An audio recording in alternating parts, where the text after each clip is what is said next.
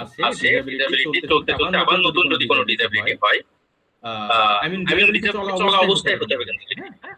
তো ডিসেবিলিটি চলা অবস্থায় যদি নতুন কোনো একটা ডিসেবিলিটি হয়, তাহলে তোমার টাইমটা গণনা শুরু হবে। ওই ডিসেবিলিটি পিরিয়ডটাই ধরা হবে যে ডিসেবিলিটি চলতেছে। আলটিমেটলি হ্যাঁ, যখন তুমি ডিসেবিলিটি থেকে মুক্তি পাবা, তখন হচ্ছে তোমার শুরু হবে, টাইমটা গণনা শুরু হবে। স্যার আমার একটা কোয়েশ্চেন ছিল। বলো। স্যার লিমিটেশন পিরিয়ডটা আরেকবার একটু বুঝায় দেন। লিমিটেশন পিরিয়ড বলতে কোনটা লিমিটেশন পিরিয়ড? এই যে মাইনরের যে লিমিটেশন পিরিয়ড এইটা। আচ্ছা, আমি বললাম এখনকার মূল ডিসকাশন হচ্ছে মাইনর, ইডিয়েট এবং ইনসেন যেসব ব্যক্তিরা, তাদের জন্য লিমিটেশন পিরিয়ড বলতে কি বোঝায়? লিমিটেশন পিরিয়ড মানে হচ্ছে একটা টাইম থাকে। এটা হতে পারে 2 বছর, এটা হতে পারে 3 বছর, এটা হতে পারে 4 বছর। মনে করো কোনো একটা মামলা করার জন্য তোমাকে টাইম দেওয়া হলো 3 বছর। আইনে বলা আছে যে এই ধরনের মামলা ক্ষেত্রে তোমাকে 3 বছরের মধ্যে মামলা করতে হবে। এই ধরনের মামলা ক্ষেত্রে তোমাকে 2 বছরের মধ্যে মামলা করতে হবে বা 1 বছরের মধ্যে করতে হবে। তো এখন যদি কোনো ব্যক্তির তোমার হচ্ছে মাইনর হয়, ইডিয়েট হয় অথবা ইনসেন হয়, তাহলে সে যতদিন না পর্যন্ত সুস্থ হচ্ছে ততদিন পর্যন্ত তার লিমিটেশন পিরিয়ডটা গণনা শুরু হবে। সোজা বাংলা এই কথাটা আমরা পড়ছি এখন। তাহলে সে মাইনর, ইনসেন অথবা ইডিয়েট থাকা অবস্থাতে যদি, আই মিন মাইনর থাকা অবস্থাতে যদি আবার ইনসেন হয়ে যায়, ইনসেন থাকা অবস্থাতে যদি আবার ইডিয়েট হয়ে যায়, তাহলে যতদিন পর্যন্ত তার পিরিয়ডটা চলতেছে, আই মিন তার এই যে অসুস্থ অবস্থাটা, ততদিন পর্যন্ত আমরা গণনা করব। যেদিন সে সুস্থ হবে সেদিন থেকে আমরা গণনাটা শুরু করব। এটা এতক্ষণের আলোচনা। বুঝছো? জি স্যার। আচ্ছা, আরেকটা ঘটনা আছে, সেটা হলো যদি কোনো ব্যক্তি মাইনর থাকা অবস্থাতে বিয়ে করছে এবং সে একটা বাচ্চা জন্ম দিয়ে সে মারা গেছে, তাহলে সে মামলাটা মাইনর থাকা অবস্থাতে করতে পারবে না, স্বাভাবিক, তাই না? সে যতদিন না মেজর হবে ততদিন তো মামলাটা করতে পারতেছে না। এখন সে মাইনর থাকা অবস্থাতে মারা গেছে, এখন তার একটা সন্তান হয়েছে। তার সন্তান কি মামলা করতে পারে নিশ্চয়ই বাবার রিপ্রেজেন্টেটিভ ইন্টারেস্ট, তাই না? বাবার পক্ষ থেকে সে মামলা করতে পারবে। এখন ওই সন্তান যতদিন না পর্যন্ত এখন মেজর হবে ততদিন পর্যন্ত টাইমটা আমরা গণনা করব। বুঝছো এবার? জি স্যার। ওকে।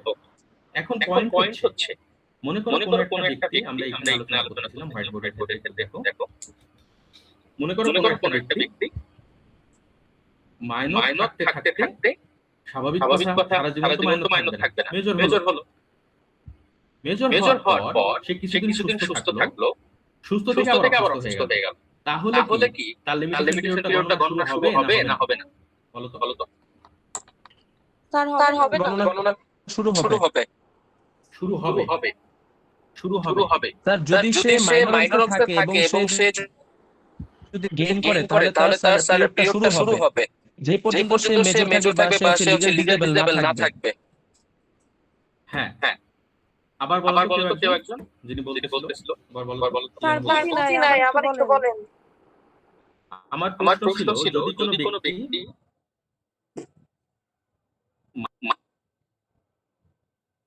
মাইনর হওয়ার কিছুদিন পরে সে ইনসেন হয়ে গেল, তাহলে ইন দা মেইন টাইম কিছুদিনের জন্য সুস্থ ছিল, তাই না?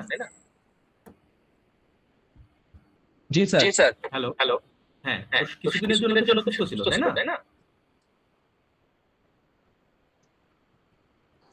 স্যার নেট প্রবলেম, কথা একদম কেটে আসছে এরকম স্যার। জি স্যার, বুঝছি না ঠিকভাবে। আচ্ছা, আমার প্রশ্নটা একটু বোঝার চেষ্টা করো।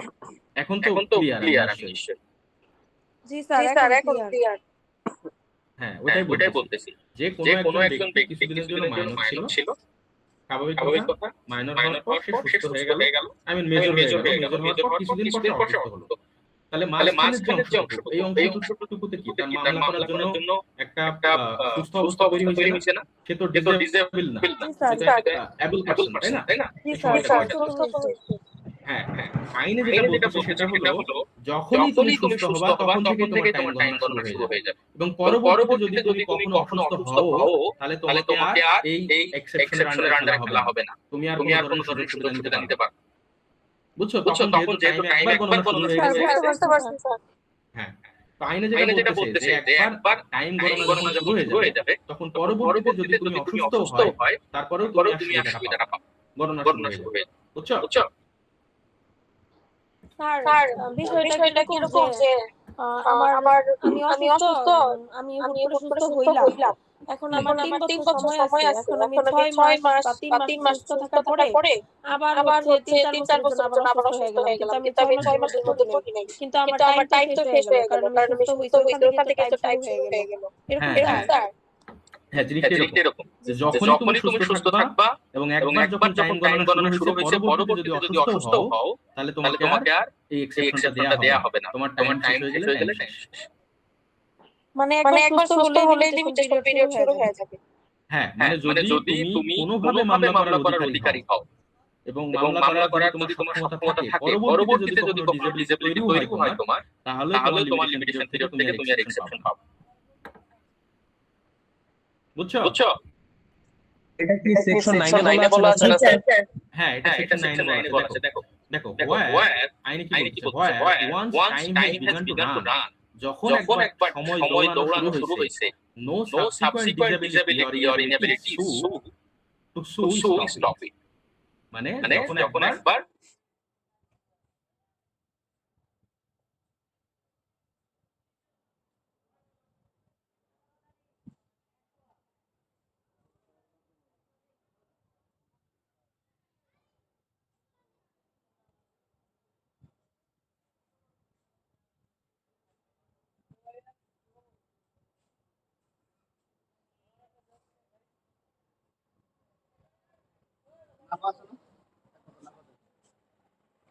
এক্সট্রা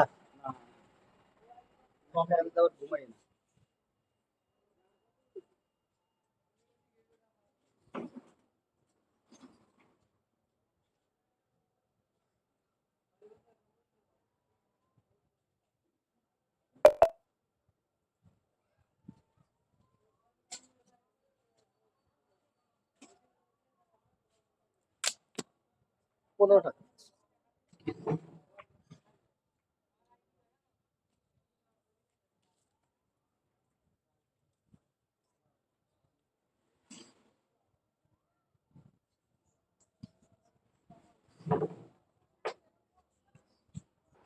সবাই সবাই বের হয়ে বের যান। হয়ে